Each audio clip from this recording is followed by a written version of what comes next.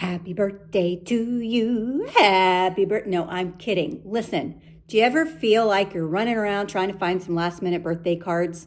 Well, today I've got 5 quick and easy birthday card designs for cards that you actually want to give your recipients. They're easy, they're no stress, they don't require any special tools or doodads, okay? So let's get to it. Happy birthday to you.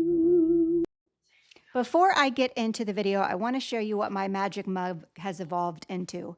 So I used to start out with a mug. It was a big, ginormous mug, and it's where I put all of my pre-cut sentiments and dies and all that stuff in. Well, now it's a box, and it's got 3 little tiers. So the first little cube or box holds all of my sentiments or die cuts. And I even went a step further and took little snack bags and categorized the die cuts by sympathy, thank you, congratulations, birthday, etc.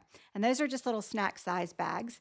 The middle compartment holds all of my pre-cut die cut images. They might be colored, they might not be colored, but anything that I have stamped and die cut in a session, I put all in this middle compartment, if you will. And then the one all the way to the right is just standalone shaped dies like hearts or squares and even standalone die cuts, things that will work well on their own. And I do a lot of stamping and coloring or even sentiment stamping and die cutting at one time. I usually have some true crime going in the background, and I just do a whole bunch of that because I get up super early in the morning and I have nothing else to do. So this has made it a breeze. I organize them all into my magic mug, and I'm still going to call it that. And then when I assemble cards, I have all this stuff ready to go. I just got to piece it together. So I wanted to show you how my mug has evolved. Now let's get to the video. So say you don't have time to make something fancy for a specific friend. You need to make a birthday card, but you don't have time to make something. Not true. A solution is to use a simple ink blended background and maybe a bold die cut or a sentiment, something like that, to create a modern eye-catching card. So I am using Distress Oxides today, and I'm going to go in and blend them on the diagonal, just something different. I mean, it's not that big of a change, but ooh, it's something different. We're doing it diagonal today. And then I'll go in and blend 3 colors that I thought would look nice together. Now, I haven't re-inked my oxides in years, and they're dry, but they are still getting out that ink. So I was quite surprised that I could pull this video off without having to re-ink my oxides, even though they do need re-inking, but I still could make my cards today, so I was happy. And I'm using some scrapbook.com dome blending tools today.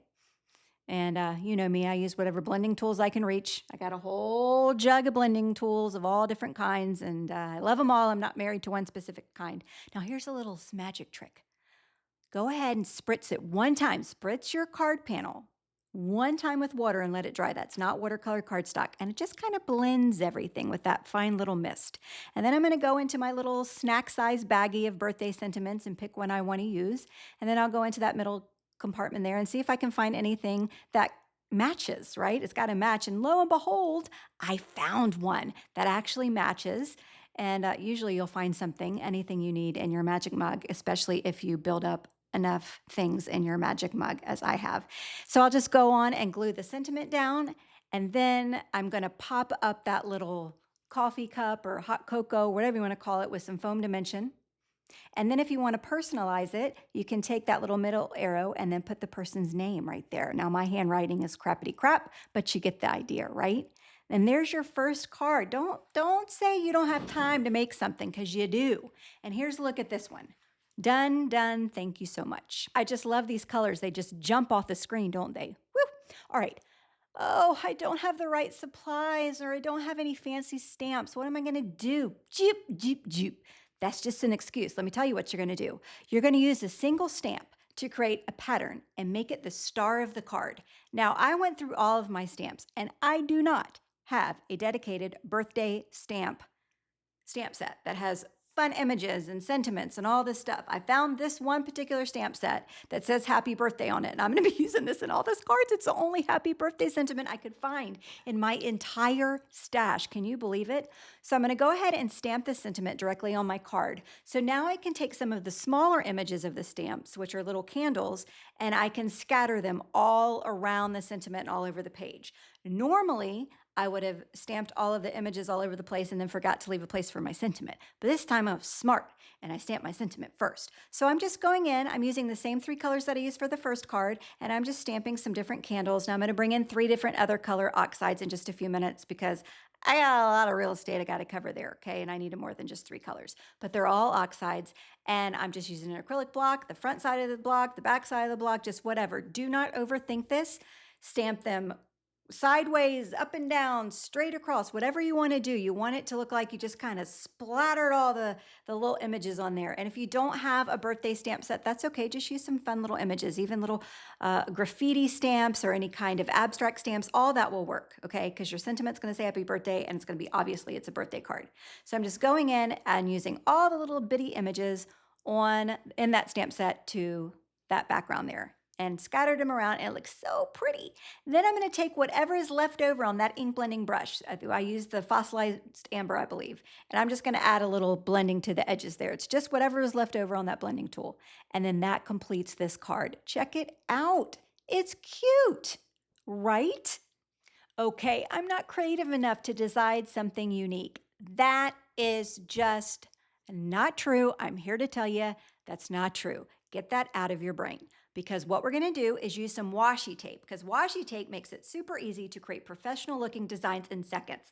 Now this is some amazing washi tape from the washi tape shop. I've never actually used this before. I got this product not too long ago. I'd heard of it and I was like, I got to check this out, right? I think I've seen it on some Instagram reels or something. And I actually am pleased that they have given me a 10% coupon code that you can use if you want to try out their products as well. So it's on here at the screen for you, and I'll put it in the description as well. But I'm just going in and adding some washi tape to the background. And we're going to create this really fun, it's a different card for me because I don't typically go with this color scheme. I like bright, bold colors, but this ends up being one of my favorite cards. So I'm just cutting off all the excess that I just stuck on there. The rolls of washi tape last a lifetime. And now here's another washi tape. Will you look at this? Just look at this. This is like called pet tape.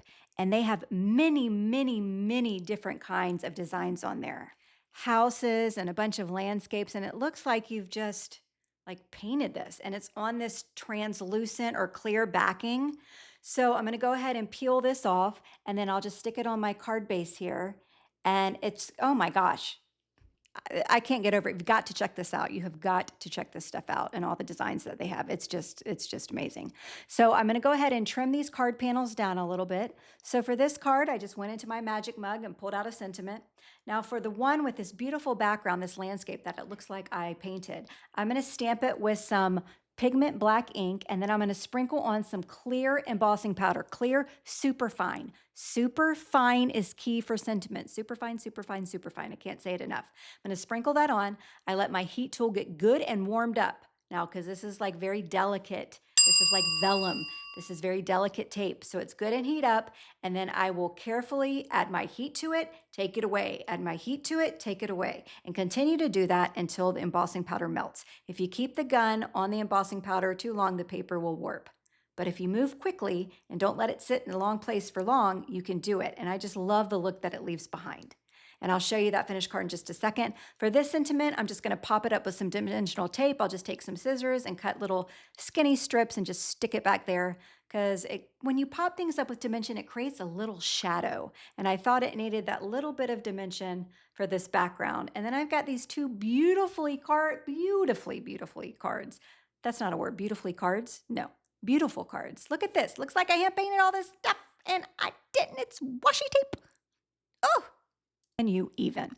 I don't have a lot of time, but I really need it to look fancy. Well, that's okay. I'm going to show you how I can do that real quick, because what you're going to need is some stencils. Whether it's a layering stencil or a standalone stencil, stencils really are great ways to make it look like you put a lot of time into something, but you really didn't. Shh, nobody needs to know that. So this is my little stencil book. I've got stencils from 15 years in this little book, and I'm going to go with this one. I'm using some pixie spray to spray it on the back of the stencil.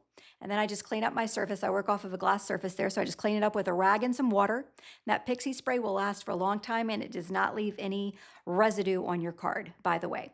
And then I'm going to go in with the same color Distress Oxides. I'm going to grab the same blending tools, and I'm just going to blend on 3 colors, 4 colors, whatever you want to do. You can do one color and be heavy-handed in some areas and light-handed in other areas, and then you'll get like a 2-tone dimension of the same color. There's a lot you can do, but stencils are a very inexpensive supply that really make it look like you spent hours, well, maybe not hours, but a long time on something. And they take up no room for storage, and they're good on the budget, right? So they're good on the wallet. They take up no space. So it's a twofer for me. It's like, grab those stencils. This particular one is from Catherine Pooler, I believe. But anyway, I'm just blending on some colors, right? And then when you peel off the stencil, that's like the reveal. You're getting this magical look. Peel it off and check it out. Look at all those colors. And it's just so pretty. Then I'm going to add some water droplets because these Distress Oxides do react with water. So they'll leave these little water droplet looks behind. And then I'll just let it dry naturally because I'm not using any specialty cardstock. This is just regular white cardstock by Hammermill. My friend Ardith got me hooked on this. Hey, I'm happy to report I found a happy birthday sentiment in my die stash, okay? Because I didn't have any stamps, but I found this happy birthday. I don't know who makes it. I don't know how long I've had it, but I found it in the wee bottom of my bucket. So I'm going to go ahead and glue those on. That's my favorite glue. You all hear me talk about it. It's Barely Arts glue. Goes on white, dries completely clear. And this, I'm going to leave this in the video because I want you to know I make mistakes all the time. That doesn't look right. And I took a closer look and I'm like, yeah, that happy is on the wrong way. So I peeled it up real quick before the glue dried. And now I'm going to put it on the right way. And bada bang, bada boom. I have a beautiful birthday card with this pop of color attached to a black card base. And it's just gorgeous. Love it. And last but not least, I don't know where to start. A lot of people can have that problem, right? They don't know where to start. Well, start with the absolute basics. All I did was take that stamp set, right, that I used in the second card, and I stamped a couple of candles down the side to create a border. I took 2 sentiments, stamped it on some white cardstock, stamped 1 little candle, right? And then I'm going to take whatever's left over on that blending brush, still think that's still fossilized amber, just add a little tiny bit of color. Now, these are great kids cards that you can make, right? It's all 1 layer, super easy, and hello. Can't get any more minimalistic and simple than that. So there is absolutely no excuse of not making a birthday card because you can totally make any of these if you want to. Super easy. I've given you 5 different designs to work with, 5 different techniques, all using supplies that you likely already have. Nothing fancy, nothing expensive required. I encourage you to try to make some birthday cards. I wanted to show some beginner-friendly and achievable designs here on the channel today for birthday cards. I hope you enjoyed it. Do you have a favorite? Let me know in the comments, and I'll see you again next time.